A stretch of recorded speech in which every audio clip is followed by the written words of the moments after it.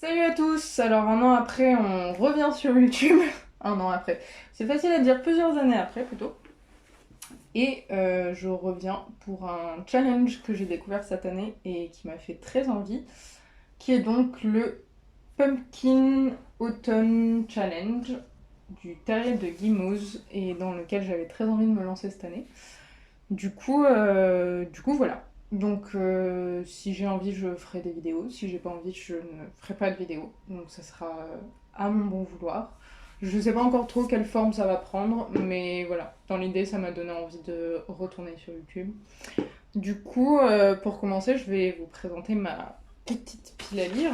Parce que c'est quand même ça l'objectif de cette vidéo, hein.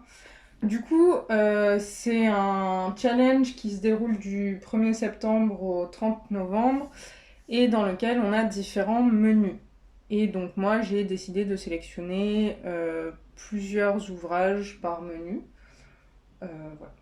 Pour commencer, pour le premier menu qui est donc Automne frissonnant, dans la première catégorie, alors j'ai pas le nom des catégories en entier parce que j'ai fait ma liste très rapidement. Du coup, si ça vous intéresse, je vous laisserai aller sur la chaîne et le blog du Terrier de Gimose que je mettrai en description. Du coup, pour le premier menu, Automne frissonnant, j'ai sélectionné du coup 3 ouvrages dans 2 catégories différentes. Le premier étant l'affaire Charles Dexter Ward de Lovecraft. Donc oui, c'est un intégral que j'ai là, donc du coup ça me permettra de lire d'autres nouvelles si jamais le cœur m'en dit pendant le challenge. Ensuite, on avait une catégorie dans laquelle on pouvait mettre des pièces de théâtre, du coup je me suis pas gênée. Et j'ai choisi Katharina et la beauté de tuer des fascistes de Thiago Rodriguez que j'ai acheté dernièrement. Je suis très fan de Thiago Rodriguez, donc je pense que je vais passer un bon moment. Et je vous en dirai peut-être plus en vidéo. Et enfin, j'ai choisi Circe de Madeline Miller. On m'en a beaucoup parlé, notamment pour le chant d'Achille. Enfin voilà, c'est quand même un ouvrage dont tout le monde parle en ce moment. Je me suis toujours pas mise à le lire, donc bon, je me suis dit tant qu'à faire, autant en profiter vu qu'il est rentré dans une des catégories.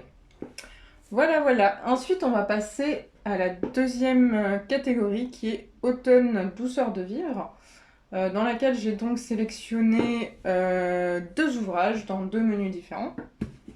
On a d'abord le tome 1 de Cœur d'encre, que j'ai depuis des années et que j'ai toujours pas lu. Enfin, que je n'ai toujours pas réussi à lire. D'ailleurs, je viens de retrouver mon marque-page, donc visiblement j'avais lu ça du bouquin.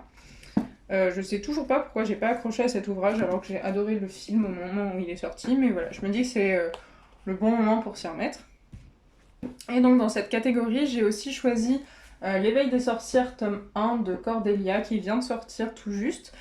Donc que je n'ai pas encore acheté, mais que j'achèterai pour le challenge. J'ai vraiment très hâte de le lire. Donc ensuite, la prochaine catégorie, on a Automne enchanteur, dans laquelle j'ai choisi donc 2 ouvrages.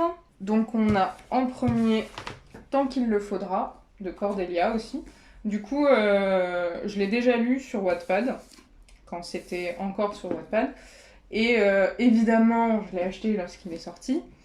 Et je me dis que c'est la bonne occasion pour le relire, surtout qu'il y a quand même eu quelques modifications qui ont été faites par rapport à la version sur Wattpad, donc je me dis que c'est une bonne occasion de remettre le nez dedans. Et ça me fait très plaisir de le relire. C'est donc un...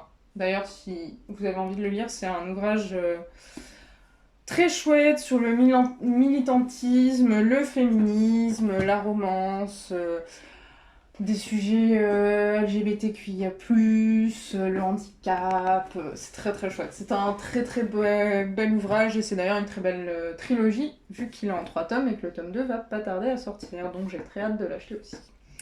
Et enfin, nous avons aussi Terre-Mer, le tome 4, Le vent d'ailleurs. Alors ça c'est une saga dans laquelle j'ai mis le nez il y a peu de temps et dont je suis vraiment tombée follement amoureuse. Donc là c'est le dernier tome donc je suis très triste. J'aurais bien aimé que ça dure plus longtemps mais du coup j'ai hâte de le découvrir et d'en savoir plus dessus. Et enfin pour la dernière catégorie qui est Automne des mystères, j'ai choisi le tome 3 de La Passe Miroir.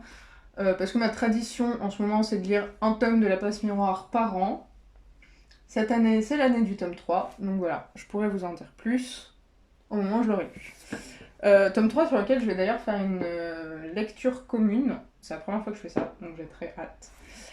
Voilà. Du coup, c'est une petite pile à lire parce que j'avais pas envie de m'imposer trop de lectures, de me mettre la pression et de pas les faire.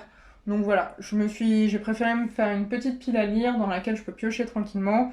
Et si jamais, je sais que je peux aussi en rajouter vu que j'ai une grande bibliothèque dans laquelle je pourrais piocher à loisir.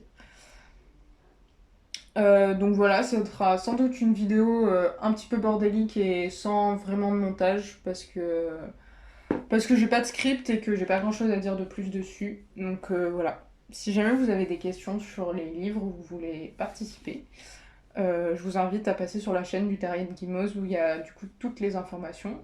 Et voilà.